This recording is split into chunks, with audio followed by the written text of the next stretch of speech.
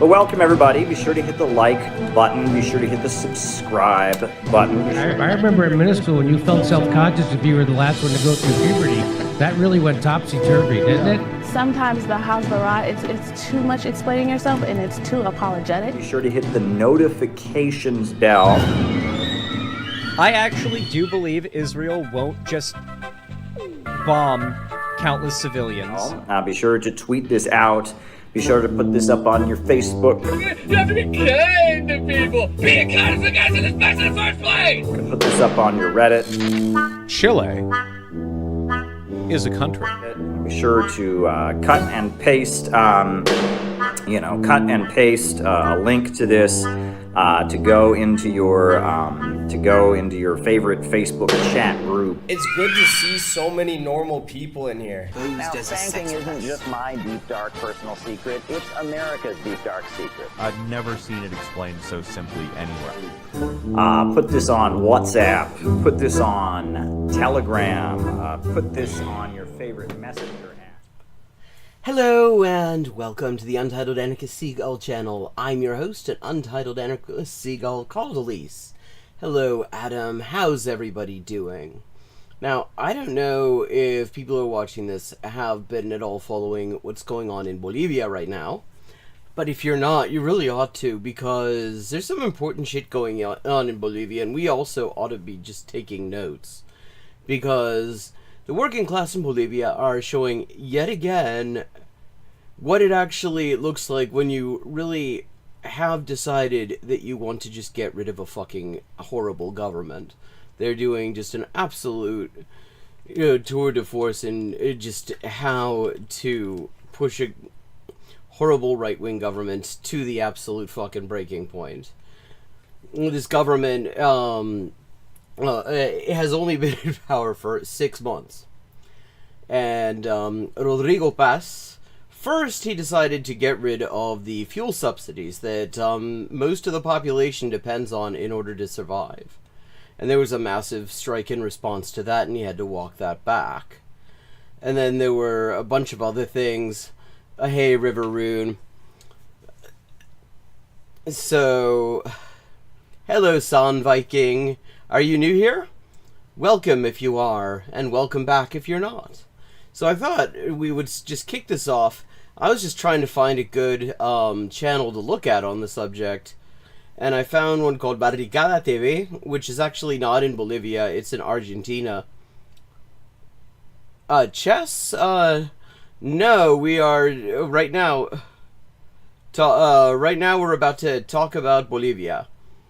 So I thought we might kick it off by just having a look at this video and see some images of what's going on with these strikes, and also how the government is responding. Like, one of the things that the government did that is just Presidente Rodrigo Paz is just sort of brought things to the absolute breaking point was, under previous law, peasants' houses and land was protected from being seized by creditors. It was in a protected class of property alongside other things that people depend on for survival. And one of the things that the government of Rodrigo Paz wanted to do was change that so that peasants' land could just be seized, which is just a huge gift to large landowners and U.S. agribusiness companies and just like coke dealers, basically. So, okay, let's have a look at this. This is Barricada TV, and I'm gonna link the channel in chat. I've never heard of them before, but they seem to do a pretty good channel here. Bienvenidos, bienvenidas a Horizonte Sur Global, el programa de noticias internacionales de la pantalla de Barricada TV, como todos los sábados a la mañana desde esta temporada. Nuevo horario.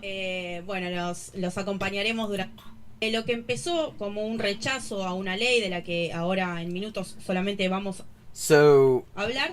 Terminó con what happened with the what happened was they started out this mobilization, this strike was just opposing this law that was going to just make it really easy to just snatch up small farmers' land. And very quickly people decided that that wasn't enough. They had to just get rid of this fucking government. And so now this general strike, which is on day 10, and has included just blocking the motorways, shutting down basically everything, including the mining industry, which is crucial. They are demanding the resignation of Rodrigo Paz and his entire government. Convirtiéndose en una movilización masiva, ¿no? Que nos recuerda algunas luchas históricas que se dieron justamente en ese país alrededor de los primeros años de los 2000, ¿no? Yes, what she's talking about here is the water. She's talking about how this isn't the first time they've done this in Bolivia. At the beginning of the 21st century, there was what was called the Water War, because a company associated with George W. Bush's government bought up the rights to literally every drop of water in Bolivia, including the rain. There's actually a really good movie about it, really well done, with Gael García Bernal and various others, called También la Lluvia, or Even the Rain, which absolutely worth watching. But in any case, when the working class of Bolivia started to realize that they were like having their access to water taken away, they started to organize and they shut the shit down, and ultimately the government, they actually just ran the government out of the fucking country. And that is actually kind of the prehistory, the run-up to how Evo Morales and the Movimiento al Socialismo, the Movement to Socialism Party, get elected in the first place. Y bueno, las imágenes que nos llegan de las protestas son realmente impresionantes. Centradas, focalizadas ahí en La Paz, en el Alto. Estamos viendo a campesinos, comunidades originarias, transportistas, mineros. Sí, estos son tan solo algunos de los sectores que se están manifestando, que están confluyendo en esta huelga general indefinida. Okay, here we go. I wanted to actually show what it's looking like on the streets. This is from a couple of days ago. Imágenes, ¿no? O sea, ellos han decretado, han llamado, han convocado una huelga general indefinida que empezó pidiendo mejoras salariales, que empezó pidiendo...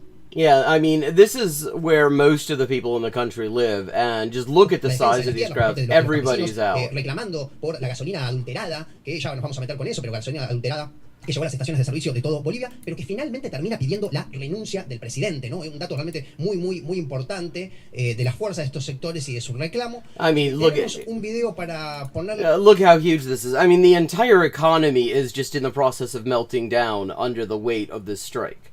Like, they everything is shut down. Yeah, I mean, I was just seeing something, they didn't talk about this on this channel, but, like, the government has sent the army in to take down the barricades on the motorways, and what the people are doing is just moving on and setting up new barricades. Just like let the army just take apart those barricades. We can make new ones. It's not even actually all that hard. I mean, look at this huge mass of people, and then you can see the cops trying to hold them back on the other side. If you look right here, that's the cops trying to hold them back. Están en las calles y ¿qué están diciendo? Efectivamente, estamos pidiendo la renuncia del señor presidente. We're asking for the president's resignation. Porque para ellos nosotros no existimos. Because we don't exist for them. Él quiere gobernar a su clase. He wants to just govern for the benefit of his class. El único pedido es la renuncia del presidente actual. The only thing we're asking for right now is the resignation of the president. Porque no está gobernando con el pueblo. Because he's not governing for the people. Esa ha sido una decisión orgánica y nosotros como dirigentes vamos a hacer cumplir las decisiones orgánicas.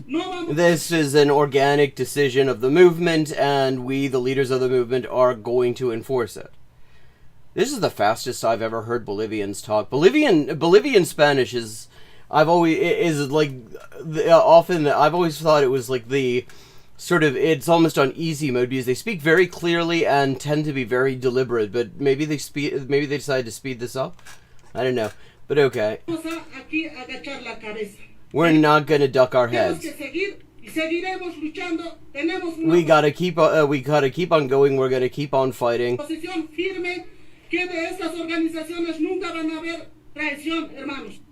We have made our decision and we're not backing down from it, and in these organizations you will never see betrayal, comrades.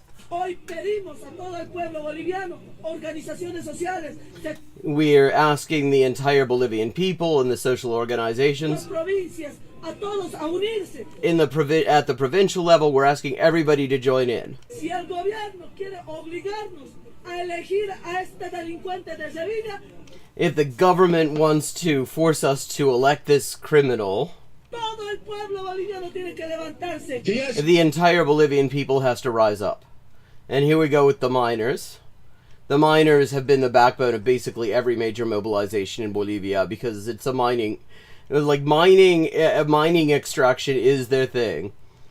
Is like the thing in in much of Latin America, actually. That is the main backbone of the economy since colonial times. It's all based on resource extraction and cash crop agriculture. Se ha dejado de lado el tema de pliegos, tiene que levantarse. Que ya se ha dejado de lado el tema de pliegos, peticiones sectoriales. Aquí es el pedido único. We have moved aside any specific demand. Moved aside any specific sector demands. The only demand de parte del pueblo movilizado, que es el alejamiento y las denuncias del presidente, is the removal and the resignation of the president por la falta de capacidad de solucionar los problemas estructurales de este país, for his complete inability to solve the structural problems of the country. Porque nos estás llevando a la deriva, because they're sending us adrift. Vendiendo nuestros recursos naturales. They're selling off our natural resources. Hipotecando el país para nuestros hijos, and mortgaging the country for our children nuestros nietos. And our grandchildren. A nuestros hijos no les espera ningún futuro. What kind of future are our kids going to have? Our kids don't have any kind of future. They'll have to be the servants of these rich people, the 20 families, the businessmen, who are the beneficiaries of the regulations and laws that the president is putting out. And let me see. There was the speech that Rodrigo Paz gave. Vino enviando esta ley nuevamente a la asamblea y la asamblea la yes, indeed, pero Tomás. La chispa ya estaba encendida. Los movimientos sociales se dieron cuenta de qué es lo que había detrás de todo esto, ¿no? Bueno, y además no fue lo único que pasó en estos 6 meses, ¿no? No fue la única medida polémica que vino a traer Rodrigo Paz a Bolivia en diciembre. Oh, here we go. Because he's decided it's time to have dialogue. It's always so predictable in these situations when these assholes decide that suddenly they're going to have dialogue, and they act like they're the reasonable ones, and they're the ones who, why can't we just talk about this? As if they had asked to talk about this and have dialogue when they were doing the things that people are mobilizing against. A todos los sectores, ¿no? Esto disparó el precio de la gasolina un 86%, impresionante estos números, y del diésel un 163%. Por lo tanto, bueno, estaba esta chispa y el malestar además haciendo en general fortunas. I'm just skipping ahead. I thought that was I thought that they're just talking over him right there. El gobierno es una represión que parece ir en crecimiento. Yeah, I mean, these images, if you remember the water war, this is just what it looked like. Hasta ahora hay más de un centenar de detenidos. More than 100 people, political prisoners. Y también se está viendo, como decíamos, un despliegue militar y de policía, ¿sí? Nuevamente los militares saliendo a la calle para intentar contener un poco la situación. Anunció 2 medidas. Una de ellas es el cambio en su gabinete de... Yeah, so he's taking 2 measures to try to calm things down, and one is he's doing a cabinet reshuffle. De ministros aparecerán otros nombres para intentar paliar esta situación, y también la creación de un consejo económico y social para dialogar con los sectores movilizados sobre las leyes que se... Yeah, and he's created this table for dialogue where he's going to talk with people about this.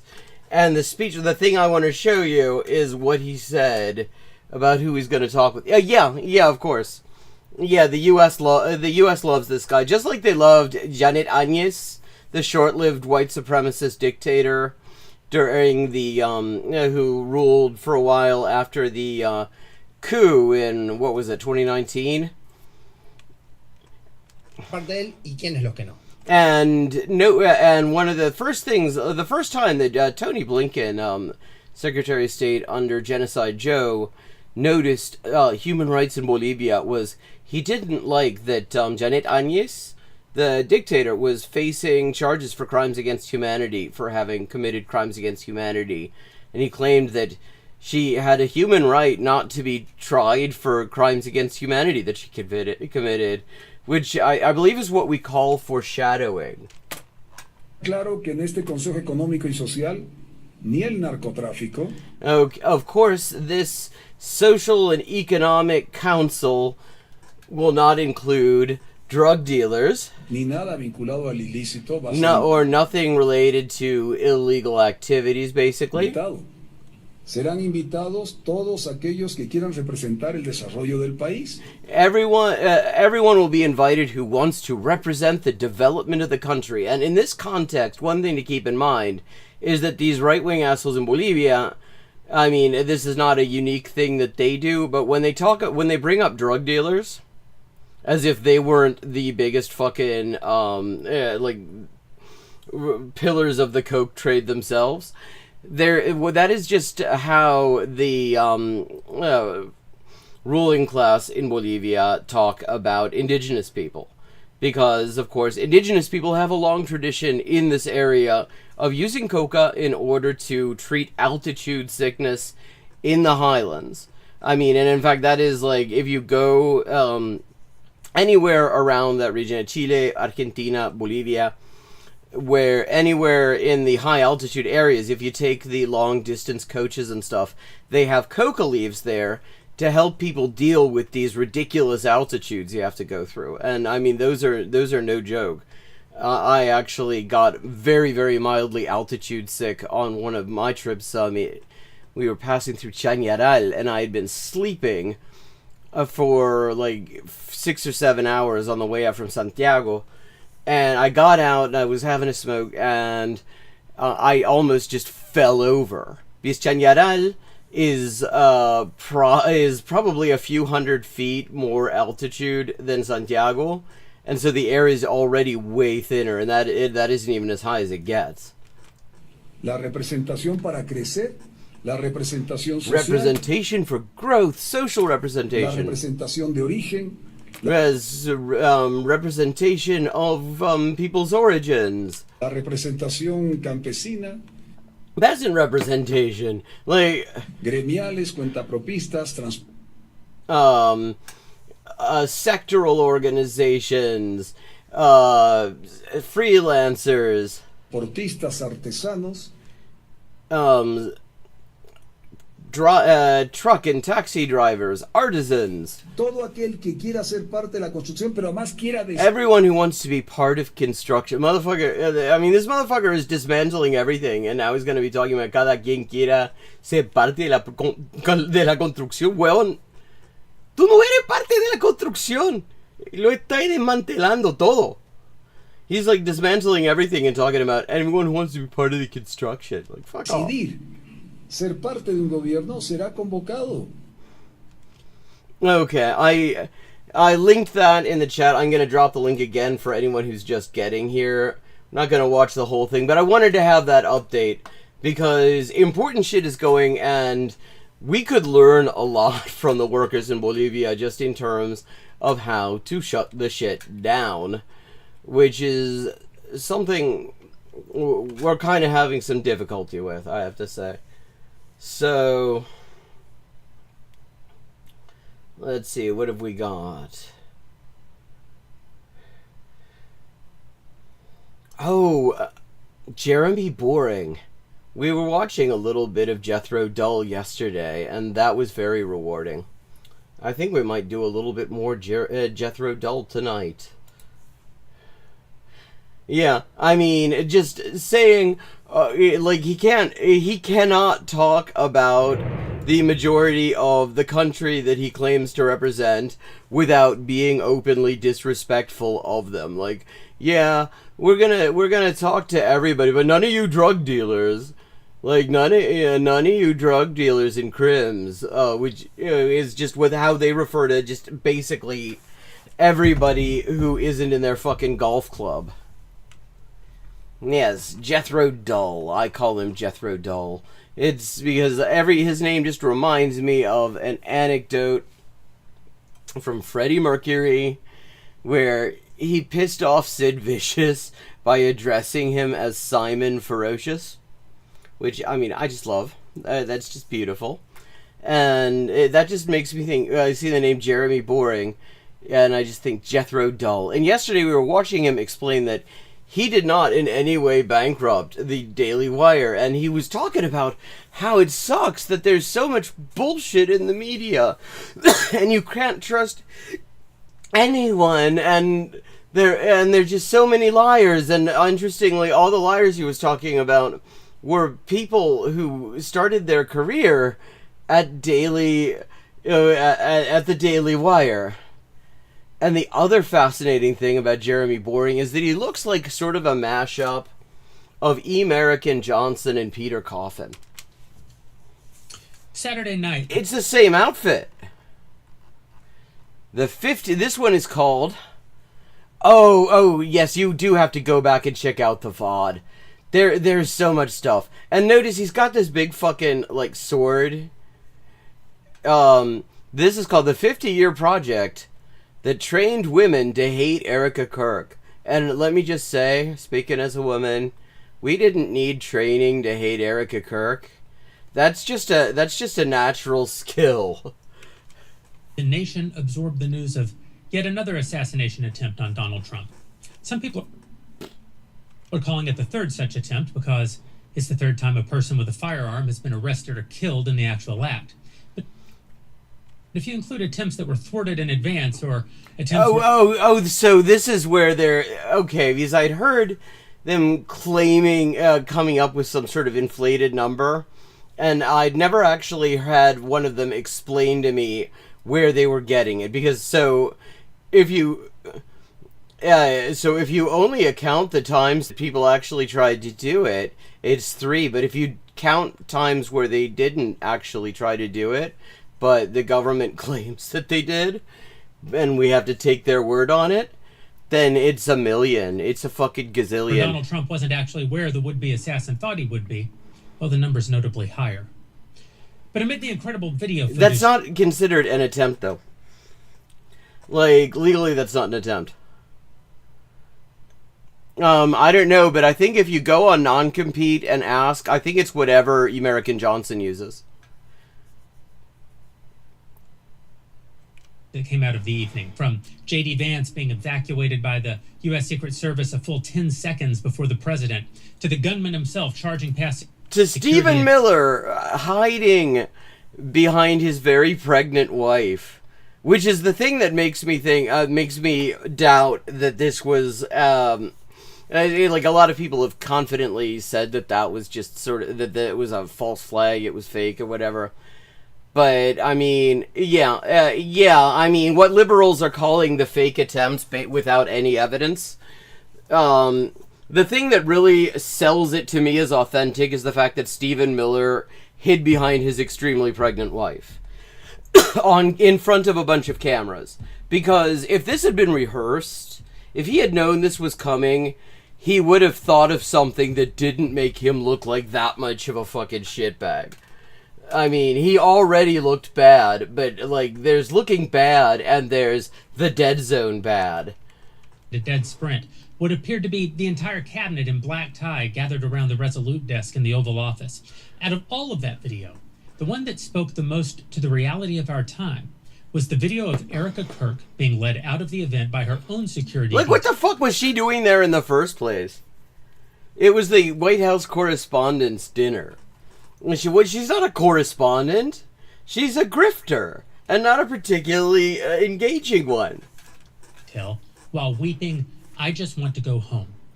Well, you could have just stayed there in the first place.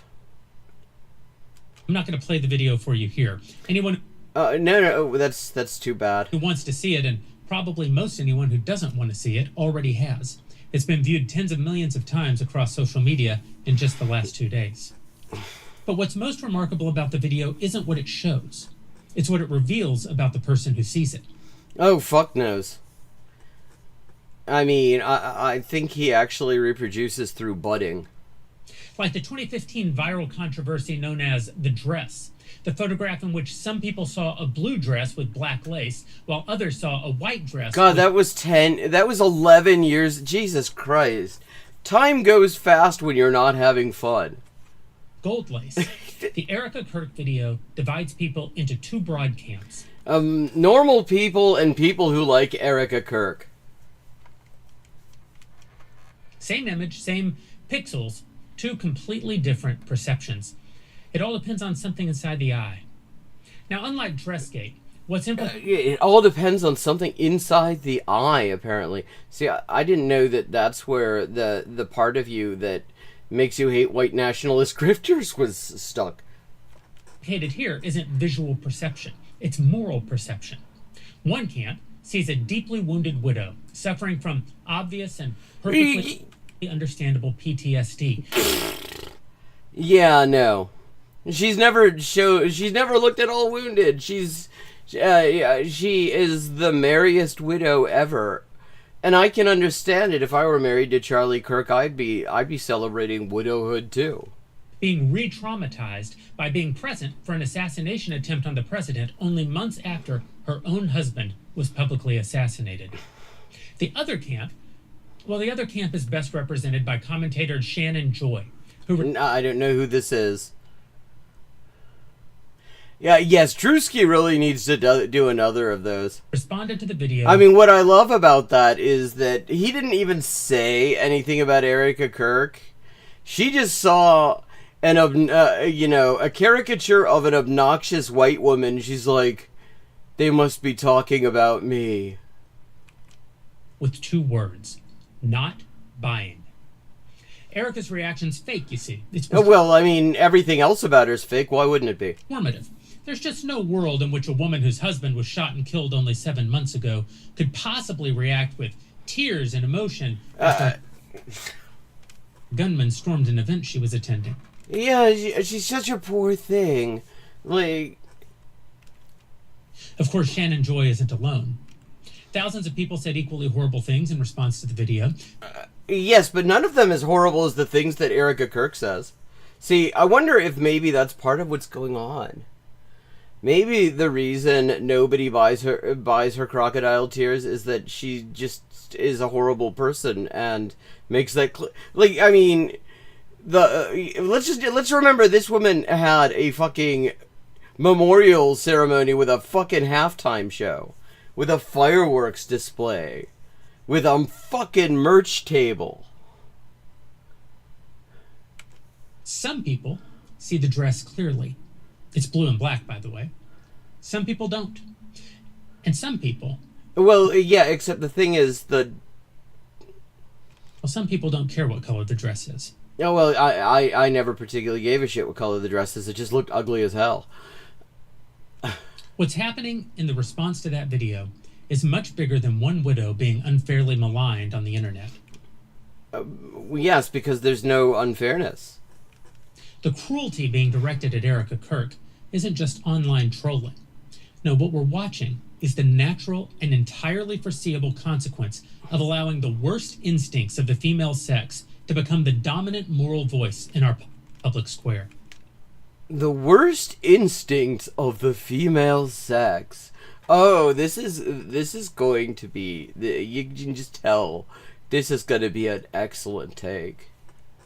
Okay, what the fuck's going on with this pocket square? It looks like he used that to like to wipe his hands off after changing his oil.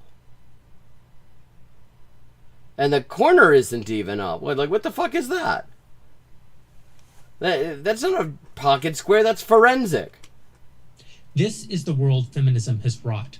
The devouring mother, the witch, the negative feminine with all of its backbiting and slander. Oh wow! I mean, we're getting all the tropes. We're getting all the tropes here.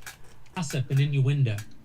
The archetype was and the gossip and innuendo. So, a gossip witch, a devouring gossip witch mother. explored by thinkers from Carl Jung to Jordan Peterson. When were you going to name a thinker? Fun fact. Carl Jung was very popular amongst Nazi psychiatrists because he wasn't Jewish. So, one particular, when you hear reactionaries talk about psychoanalysis, and they specifically avoid Freud and are deep into Jung, that is a big part of what's going on there. Also, he said all sorts of things about like race memories. There was a lot of stuff that you could give. There's a pretty very direct, like, fucking ethno-nationalist, racist sort of interpretation that's just readily available. That is why Jung is popular in these circles. These values now guide our online culture. The cruelty is predictable. Well, I mean, I wonder if the cruelty, if there's ever any cruelty that came from, like, Erica and Charlie Kirk.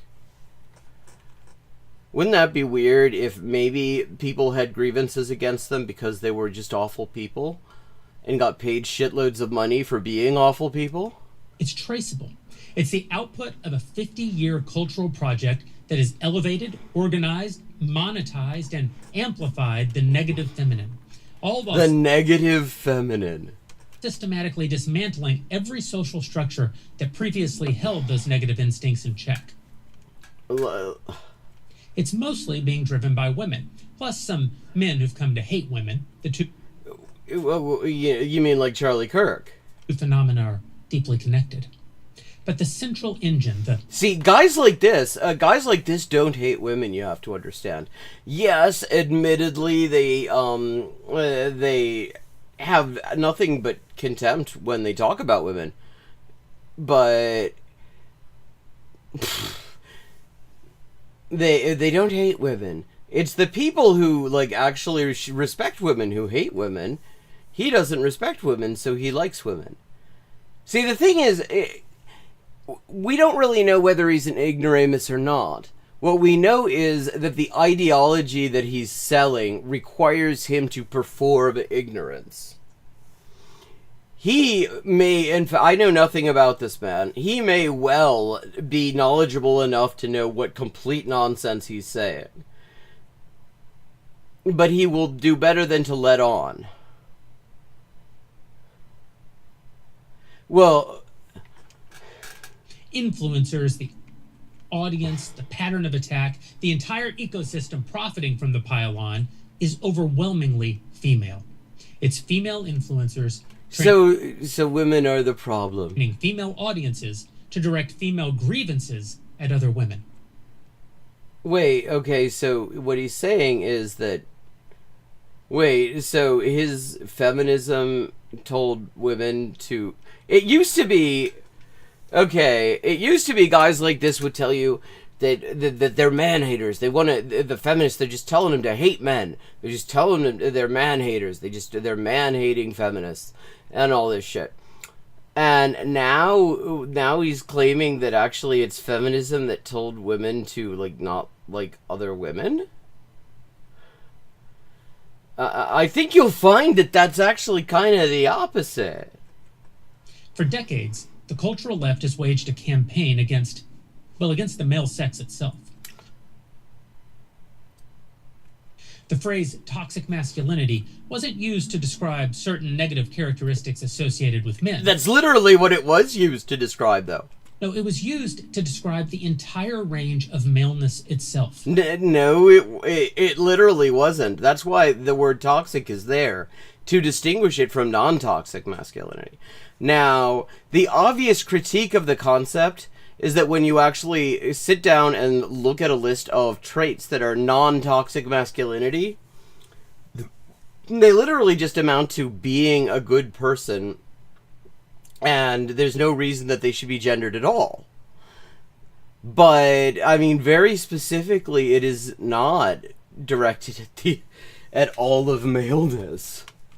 It redefined the male sex as a category of being that requires constant public chastening, perpetual self-suspicion. Oh, wait, okay. This guy is, let's just remember, he was just talking about what a great, intellectual Jordan Peterson is, who is one of many, manosphere-type grifters who have made lots of money encouraging men to have constant self-suspicion and, keep all of their decent traits in check, and teaching them, essentially, to make themselves as repulsive to women as they could possibly be. And ongoing supervision by people who don't like men, they don't understand men, and they have no particular interest in raising boys to be the kind of men a healthy civilization needs in order to function. See, men tend to be more aggressive, to take risks, to build hierarchies, and they concern themselves with dangers posed Oh, wow, okay, here we go. It's stereotyping time. by outgroup threats. You can blame it on that performance-enhancing drug every man is on, testosterone. You do realize, of course.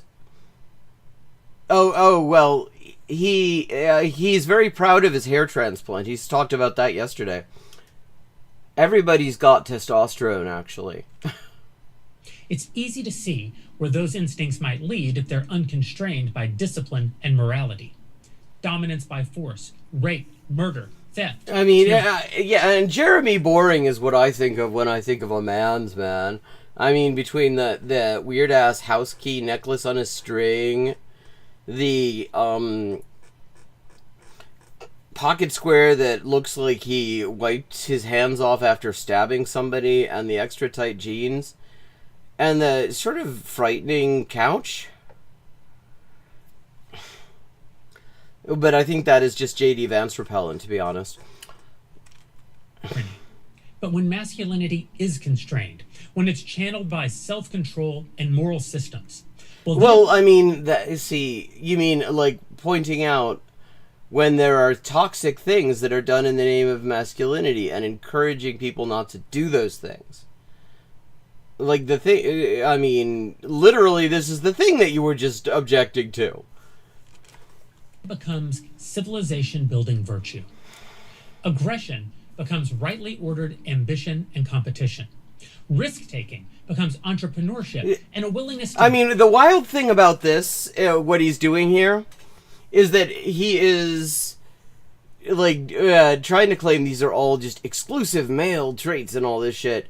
Like, these are the things that actually, apart from being a white nationalist reactionary grifter, they're actually things that Erica Kirk exemplifies. She's ambitious as fuck. Her ambitions are bad. They are evil ambitions. But I mean, she has them. She is quite ruthless and very much concerned with, like, striving for her goals. All the stuff that he's talking about, she exemplifies these things. And he's talking about this is in defense of Erica Kirk. But, of course, I mean, the grift here, the whole thing is that he can't acknowledge that she exemplifies all these things.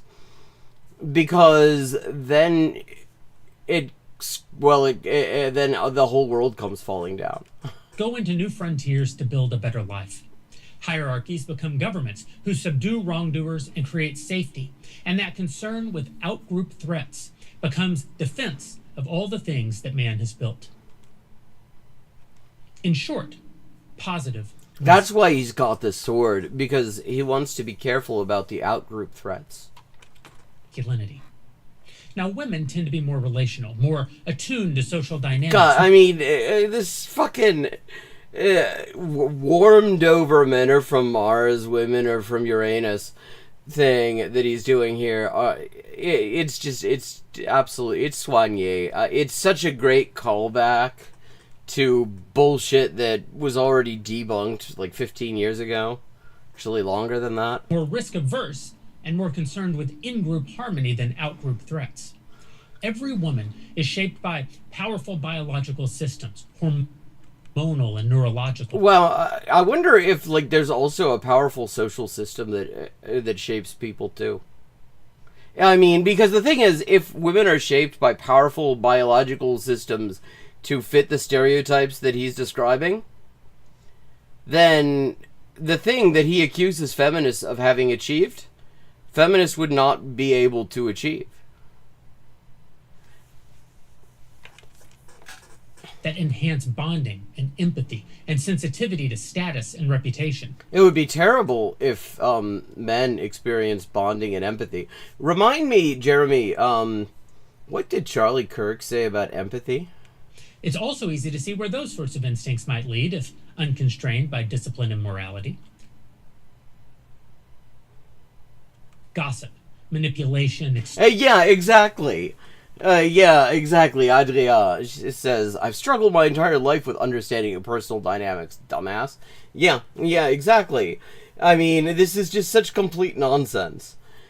And stated with such confidence in order to make a point about how so many women don't like a woman who exemplifies his ideal of masculinity, interestingly enough.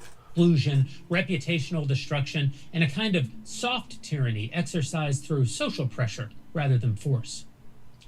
But when femininity is constrained, when it's channeled by self-control and moral systems, well, it becomes a civilization-sustaining virtue.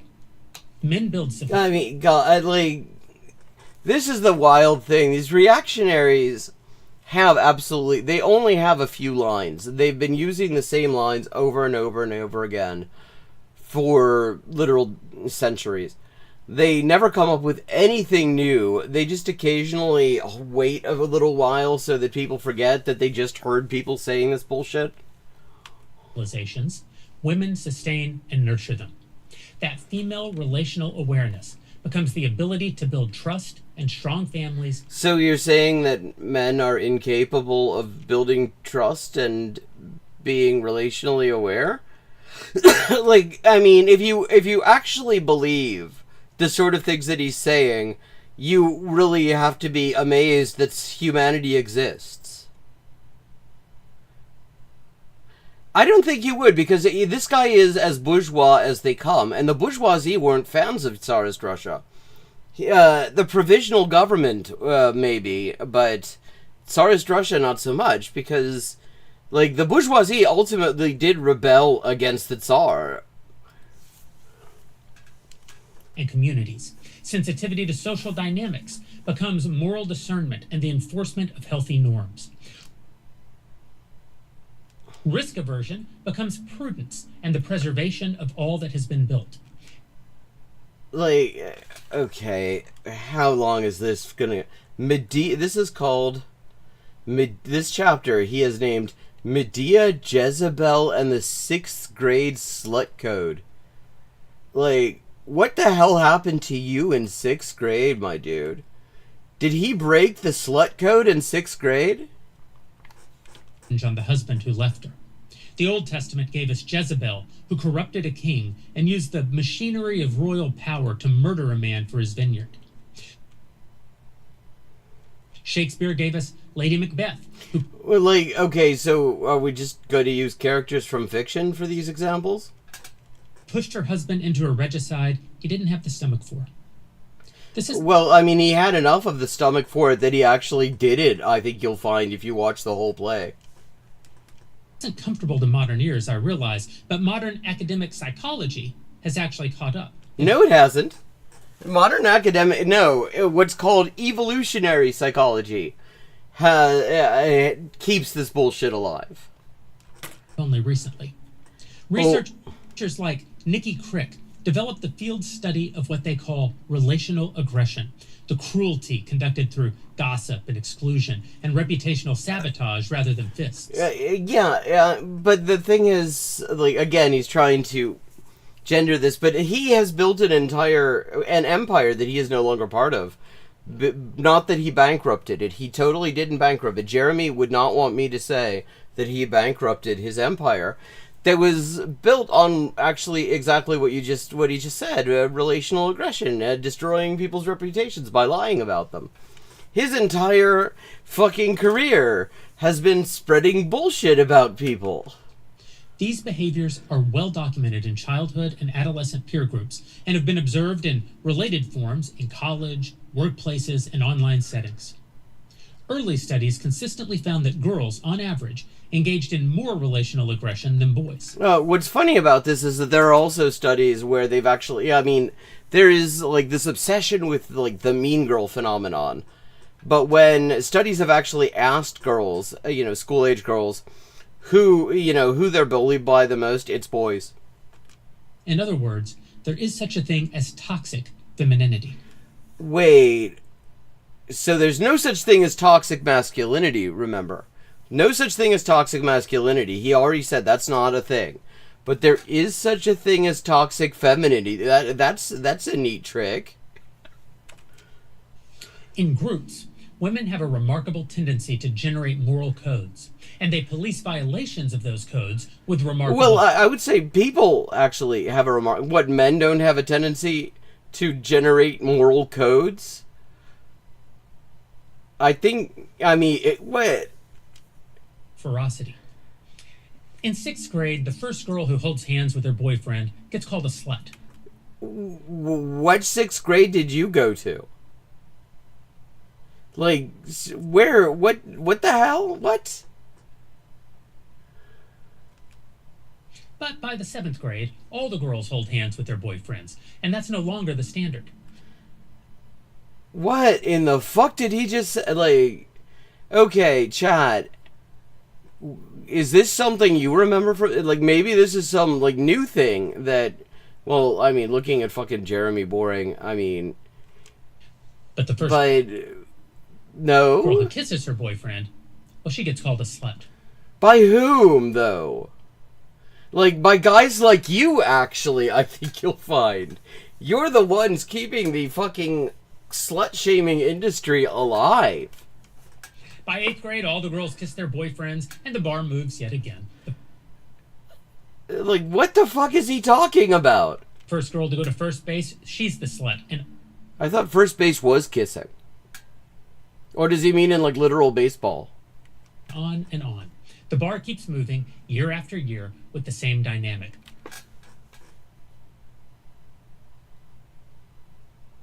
Like, see, I have to say, I am immediately suspicious of any discussion of the social dynamics of 6th grade girls that I hear for the very first time from a right-wing grifter.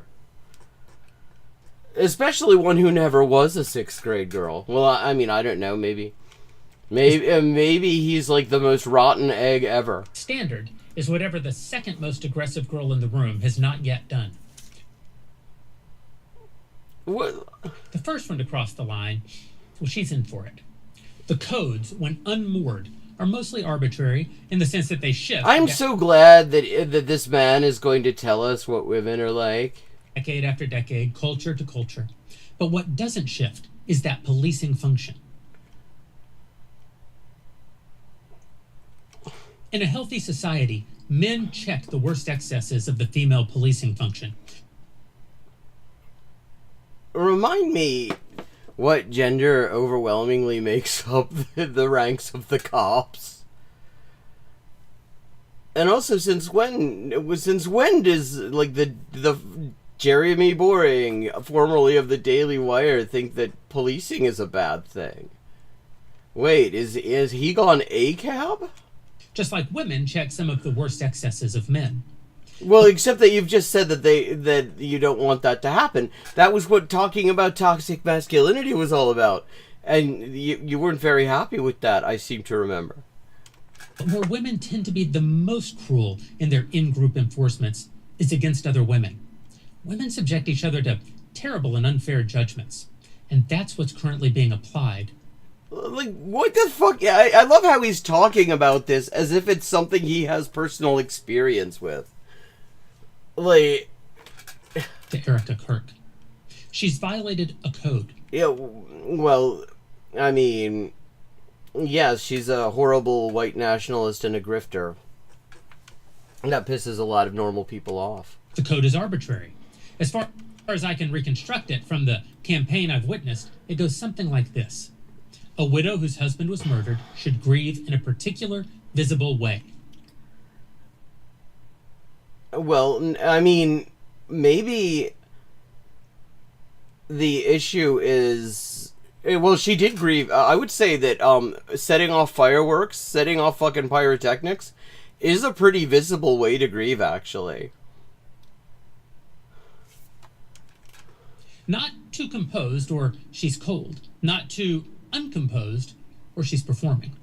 He is really desperate to avoid talking about why people have a problem with Charlie and Erica's white nationalist traveling circus. She shouldn't appear at public events too soon, or she doesn't really love her husband, but she shouldn't stay home for too long either, or she's hiding from something.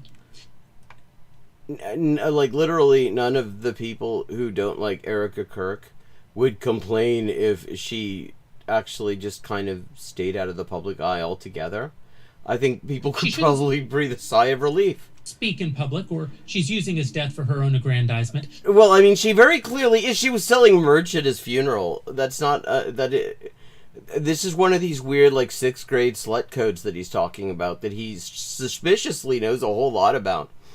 Is that generally selling fucking merch at a person's funeral and creating fucking AI slop of the dead person saying things that in life they never said.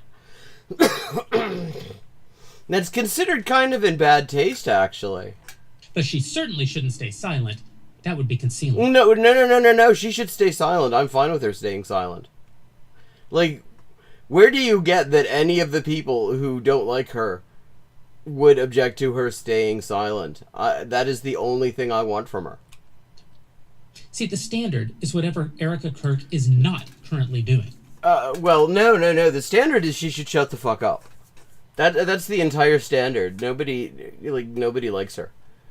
He has to do this because otherwise he would have to talk about the real problem, which is that she is a horrible right-wing reactionary and normal people don't like them. That's why the standard always convicts her. And the women applying the standard get to feel righteous in its application. This pattern is well documented. Really? Okay, so who's saying that she shouldn't be silent? But our culture has done nothing about it. The same 15 years that produced the toxic masculinity campaign, the academic field, the HR modules, the Netflix... I mean, like, a public figure goes on stage like a celebrity. That's fine. I mean, you can grieve. That's consistent with grieving. But her entire thing is just very clearly, she is just trying to merchandise the shit out of him and, you know, take over his mantle before all these other right-wing grifters take the money that she was getting through his grifting. Documentaries, the Sunday op-eds, it's produced no comparable reckoning with its parallel in women. Wait, okay, now it has a parallel in women. Because a second ago, Jeremy was telling us that toxic masculinity isn't real. That there is no toxic masculinity. It's just an excuse to object to all masculinity. And then he turned around and said, but toxic femininity is real. And now he's saying toxic, make up your fucking mind, my dude. This is like, earlier today when we were watching the neckbeard linguist guy. And he just contradicted himself, just massively contradicted himself. The entire position he was taking in the video, he expressed the exact opposite of it within like 2 minutes of it.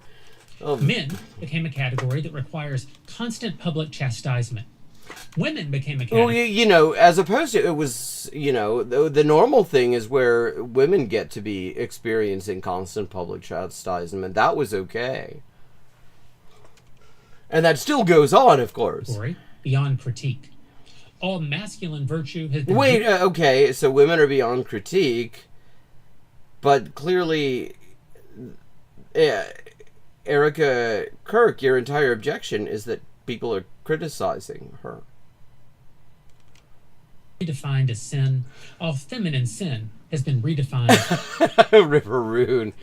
I've heard, Riveroon says, I've heard some people call a funeral a celebration of life, but man, she was really celebrating. Yeah, like, with the fucking fireworks. This reminds me, I don't remember what it was. Was this related to the, like, horrible shit around Jean-Benet Ramsey? Like, it's this mother with a missing child, ended up getting charged, as the suspected murderer of her child, in part because, like, her way of commemorating was to go to her child's grave and spray it with large amounts of silly string, while laughing hysterically. And that, or something like, God, this is a thing I saw on one of these crappy, like, Inside Edition type shows sometime in the 1990s, and somehow had not thought about again until, like, literally just now. And so I may have that totally wrong, but it's just that I have this very clear recollection of it. As virtue. The whole thing is flipped right on its head. That 50 years of declining female happiness, this is called. Which is funny, because actually that's not true. That is just literally the exact opposite. Women's happiness has actually, on the whole, been going up. Definition has consequences, and now we're living through them. The architects of this cultural project promised that liberating women from the older expectations would produce happier women. Liberated women. Women fully realized. Well, yeah, and of course it turns out that's inconsistent with capitalism. The only women who get to have any chance at being fully realized are the ones that have the kind of fucking money that Erica Kirk has. And I mean, look, she's taken the chance at being fully realized. You really cannot deny that. She is a fully realized white nationalist grift woman. They were wrong. Across every major measure, women's self-reported happiness has been falling for 50 years. That's literally not true. The most cited paper on the subject, The Paradox of Declining Female Happiness, published in 2009 by economists Betsy Stevenson and Justin Wolfers, found that women's happiness has declined both absolutely and relative to men across every major U.S. Yeah, I mean, there are lots of studies that show otherwise, and one of the interesting things is actually there are plenty of other studies that look at this in a more useful way, including things like, there are studies that look at how many girls say that they'd wish they hadn't been born a girl. That used to be an extremely common thing, a very common wish. Like, if you go back to, like, the mid-20th century, that was very common because it was like, you know, that they wish they hadn't been born a girl because they'd be able to do a bunch of shit that they would like to do and they don't get to. And that has been declining over this period that he's talking about. Like, being, not feeling left out of possibilities on account of being a woman has actually gone down massively. Now, what is also true, if we talk about 50 years, we're talking about the stagnation and decline of non-managerial real wages in the U.S. So, yeah, it's not surprising that if everybody is feeling a little bit shitty, because literally we've been working harder and harder, and we've been paid, and relative to the work we're doing, we're getting paid less and less and less across the entire economy, and have been since 1973. Like, literally, you have to have been born sometime in the early 50s to have even part of your working life be spent in a time when real wages were increasing for most people.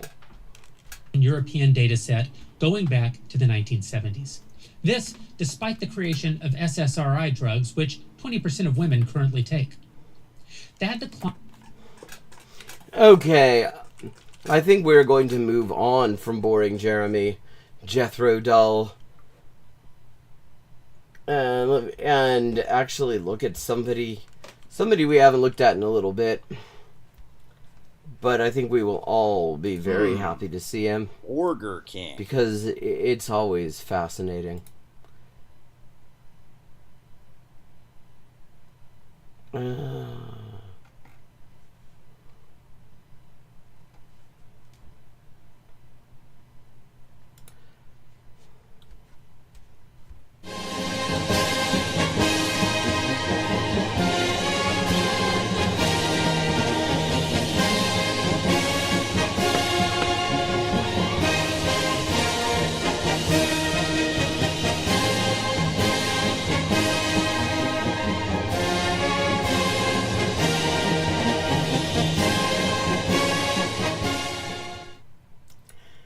Yes, indeed, the one and only.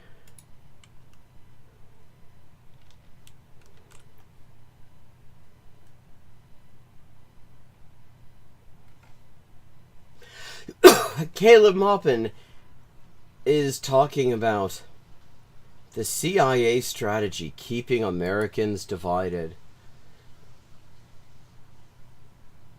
Yeah, that is the Generally the way. No, that is my Caleb Maupin intro. I'm very proud of the animation I did for that.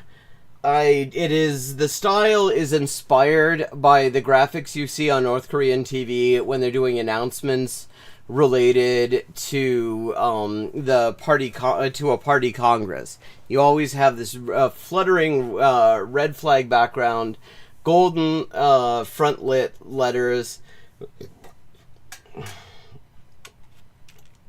Revolutions happen, and this is, you know, I talk about the years of lead, and I talk about counterinsurgency literature, that if you read what Mao Zedong wrote about People's War and the revolutionary method, and if you also read what was written by Frank Kitson, the counterinsurgency expert of British intelligence. I mean, okay, Kitson is definitely somebody to read if you're trying to understand counterinsurgency. But the thing is, the counterinsurgency has developed a whole lot since Kitson. And also, Caleb, not surprisingly, gets Kitson all wrong. He does not actually understand a whole lot about what he's talking about. This will come as a shock to people who follow Caleb Maupin, that he doesn't know a lot about what he's talking about, but it's true. Basically, the way that they understand things is that every society in history is in one of three places. When the revolutionary movement is isolated, and it's just groups of people that have dissident ideas, but they don't really have a following, they don't really have a base, that's what Mao Zedong calls strategic defensive, and that's what Frank Kitson calls subversion. And that's where we're at right now. We're in a period of strategic defensive. Which is a strange thing to say when you actually, when you look at the trajectory since about 2010, really, what you actually have is an escalating offensive period. In fact, the level of nervousness that you see in the ruling class, increasingly, the entire ruling class, not just Republicans, not just Democrats, all of them, and not just in this country either, reflects the fact that they actually see this as a slow offensive period, and they're trying to make it stop. Subversion, right? Frank Kitson would call us subversives, right? We're here having conversations. I don't know that he would call you guys subversives. About undermining the system. We're a bunch of subversives. We don't. When did they ever talk about undermining the system? Have a base among the population yet. We don't. That's true. We're just kind of in the strategic defensive or subversion. But then Frank Kitson and Mao Zedong turn his audio up. Coming right up. Say there's another stage that develops, and that stage is when the divisions in society become intense enough, and when the conditions of society have deteriorated enough that the divisions among the ruling elite create an opening, and the masses of people are suffering so much. Now, what he's actually saying here has a lot more to do with Caleb Maupin thought than either Kitson or Mao Zedong.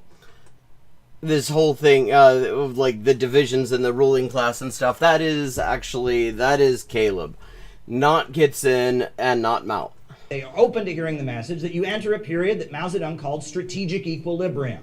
And that's when the revolutionary movement has a base among the population, and there are factions within the ruling class that are kind of aligned with the revolutionary movement. Where is he talking? It's like, what is this picture behind him?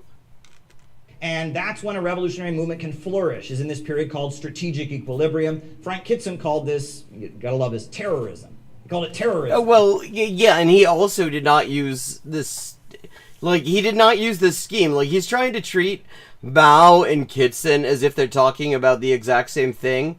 They're defining actually very different things, because Kitson's approach to this is actually quite superficial. That is not unusual for the world of counterinsurgency literature, because they don't want to deal with the fundamental reasons that people decide that fundamental change is necessary. And so they think of it in terms of surface phenomena. And if you're a British occupation soldier in Ireland, what tells you that you're in a new stage is that, you know, Irish people are arming themselves and trying to physically kick you out. So, like, talking about this, I mean, I love how he talks about this like there's an equivalency, a Kitson-Mao equivalency table. Like, what the fuck even is that? Because that's the period when the subversives are able to have an impact. They're able to change things. Terrorism. And in a... Yeah, I mean, no. That's not what Kitson, that's not what Kitson was saying. Because when he referred to terror, he was literally speaking of, like, paramilitary activity. American history, I think there's only one time you could say we were in strategic equilibrium, and that was the late 1930s. I mean, I don't think that's the only time, actually. Yeah, that is one time. There have been a few of them.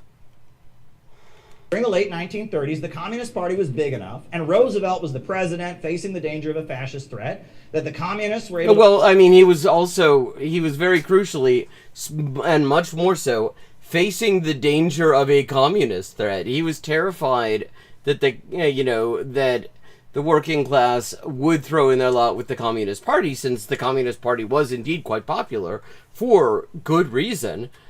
And yeah, so he decided to try to buy the workers off. Like, the fascist threat was not his main concern. In fact, he sort of borrowed a lot of his techniques from fascism. Organized mass labor unions, and they were able to force their will on society by having sit-down strikes and forcing the CIO to be recognized as a union all over the country, and passing Social Security. And the communists had enough of a base among the population, because the ruling class was divided, because the conditions of the Great Depression were so intense. I mean, and of course we're not going to talk about the Wobblies, and yeah, well, yes, the Palmer raids in the 20s.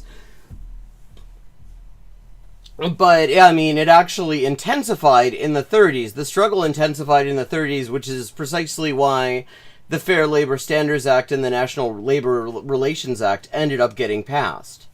Because things escalated from the 20s. I mean, with a little nudge forward from the Great Depression as well. That was what you could call strategic equilibrium. It was a moment where a revolutionary... Yeah, the Red Scare. I was about to say, I don't think that was the word. Movement is able to grow and flourish among the... But, I mean, there were a bunch of Red Scares. I mean, there was also a Red Scare in the 50s. Red Scaring, yeah, like, the U.S. government likes the occasional Red Scare. Population, because it's their favorite color to have a scare in.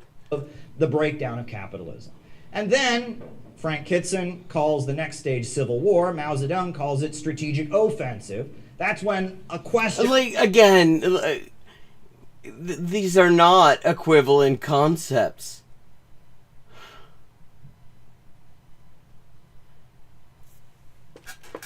Like, I mean, the way he's talking about this, as if you could put together as some sort of an equivalency table between Brigadier General Frank Kitson of First Para and Mao Zedong, who are actually, they're talking about related phenomena, but they're not talking about it from the same perspective, and they do not have the same kind of taxonomy because they're trying to do different things about it.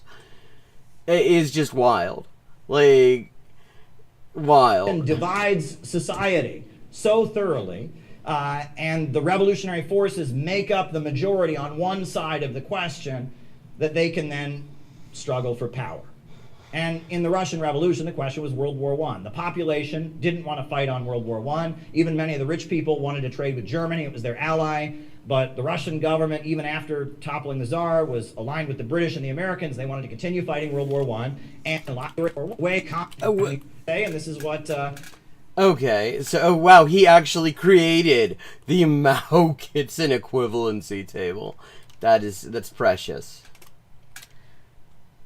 But I want to hear about the CIA strategy keeping Americans divided. And the ruling class right now is waging a counterinsurgency because they know... I mean, yes, they kind of always are, but yes, they are. Divisions among the ruling elite are intensifying. The population and living standard is going down. And they're very... I would say the divisions amongst the ruling class are not intensifying.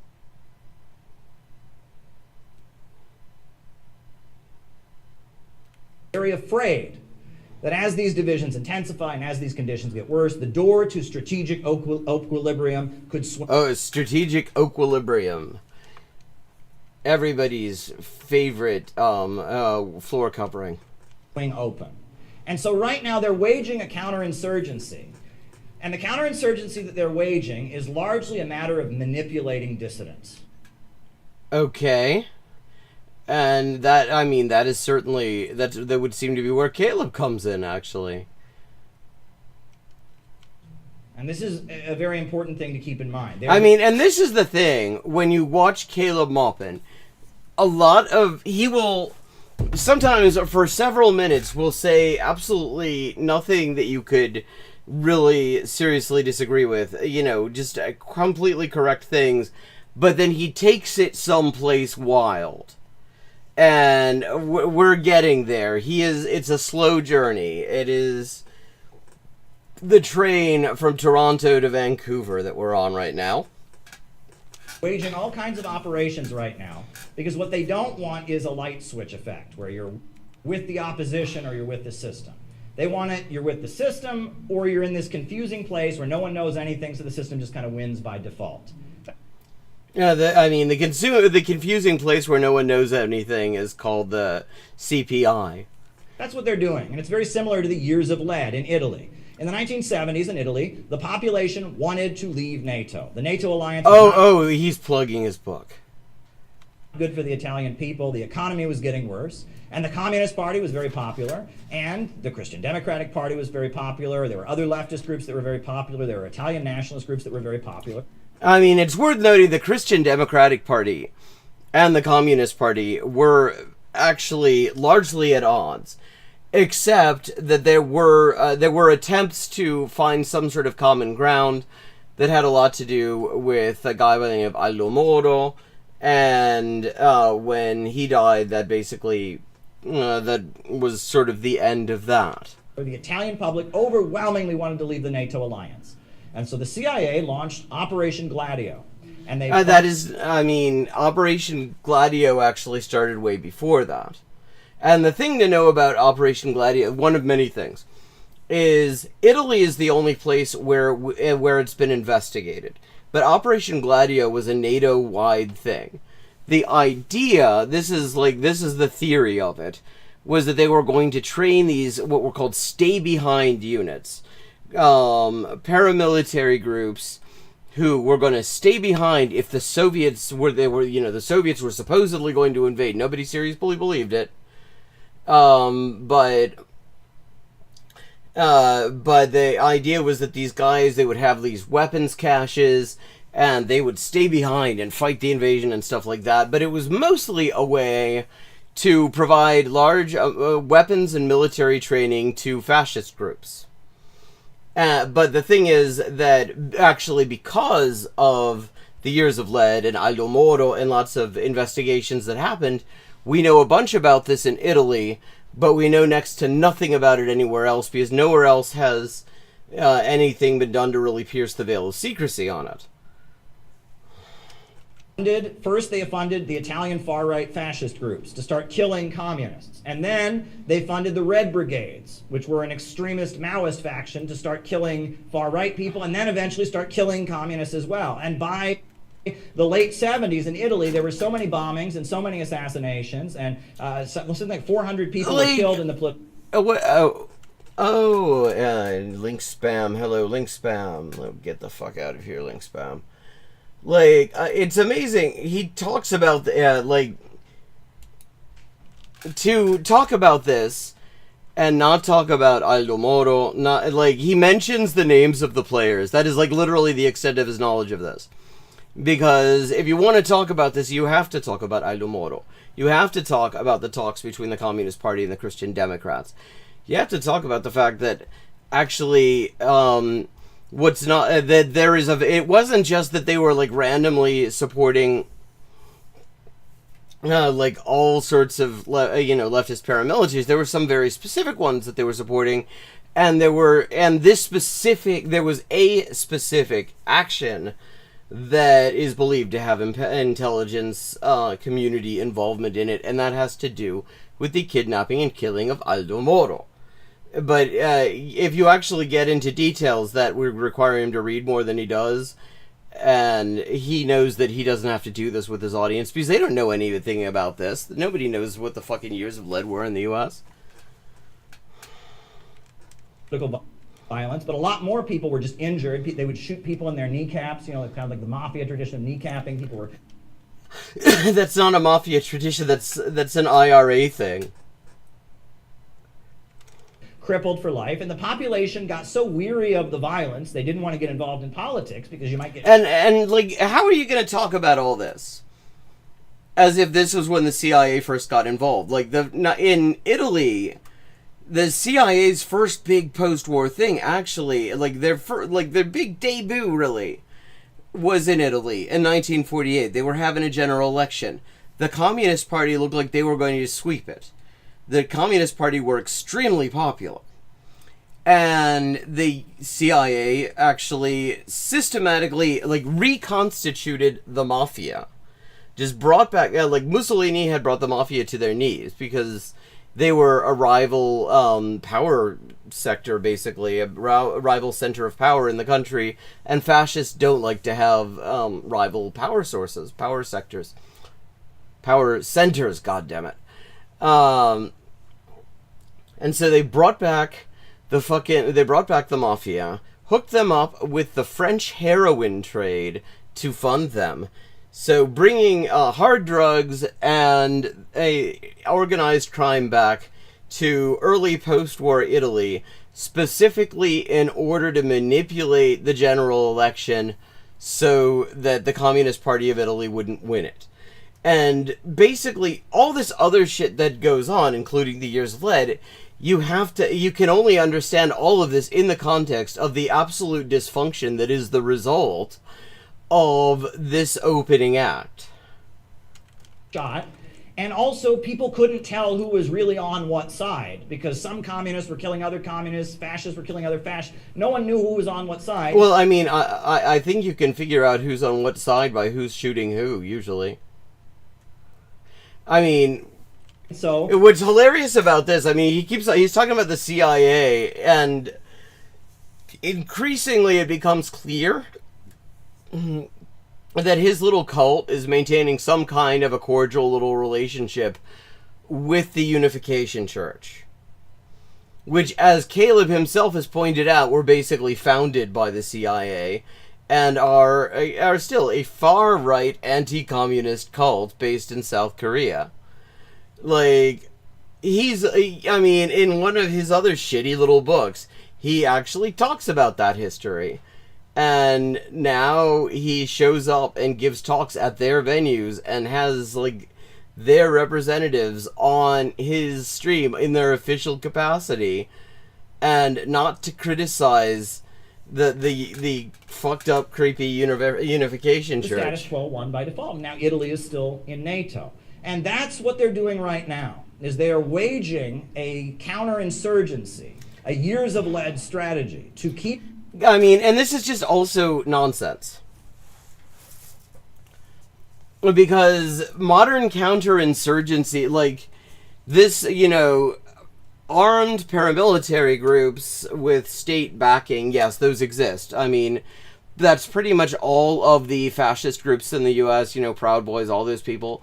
And the cops, actually, who are the main and most stable base of the far right in the U.S., which is one of many reasons the motherfuckers need to just be disarmed and disbanded. But the main thrust of counterinsurgency in the modern age is specifically co-option. It's recuperation. It's groups that sound like they're totally oppositional groups, but when you get down to it, they never actually challenge power. You will be doing all sorts of things. It'll feel like you're actually really doing the work and everything, but somehow it never amounts to anything in particular, and you end up actually kind of supporting the people that you were trying to hold accountable. Rather, modern counterinsurgency is much less dependent on this sort of thing, which, I mean, he's like totally misrepresenting Kitson and, well, kind of everything. He clearly knows very little about Italian history, and the thing is that when you look at if you look at like Petraeus, who is one of the deans of modern counterinsurgency, the idea is very much to convince people that there is some sort of institutional outlet for whatever it is that they're fighting for. And let me see.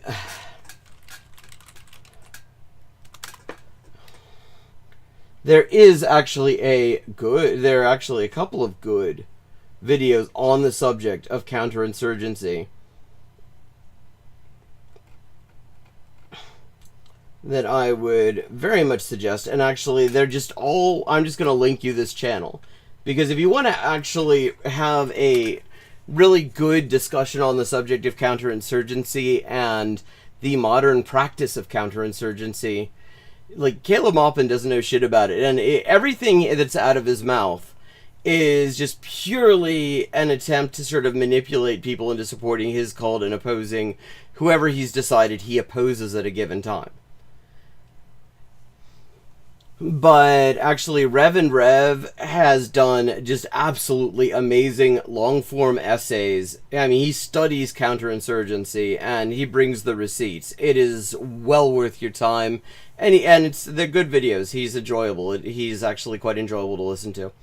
So, I say this because it's kind of time to wrap up, but I wanted to give you that, since counterinsurgency is an important topic, and it is way too important for Caleb Maupin to be setting the tone on it. In the meantime, I just want to drop some project updates into chat for anyone interested. I am now up to 600 out of 1,500 on the current fundraising goal for the Punto Final translation. We also have some free 1-month gift subscriptions to my Patreon available, because a very good friend of mine accidentally bought 20 of them. And those are all available, and I just dropped all the relevant links in chat for anyone who's interested. And with that, I will be turning into a seagull again for another week.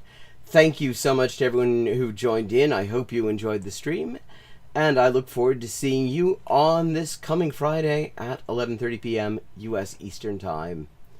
Have a good rest of your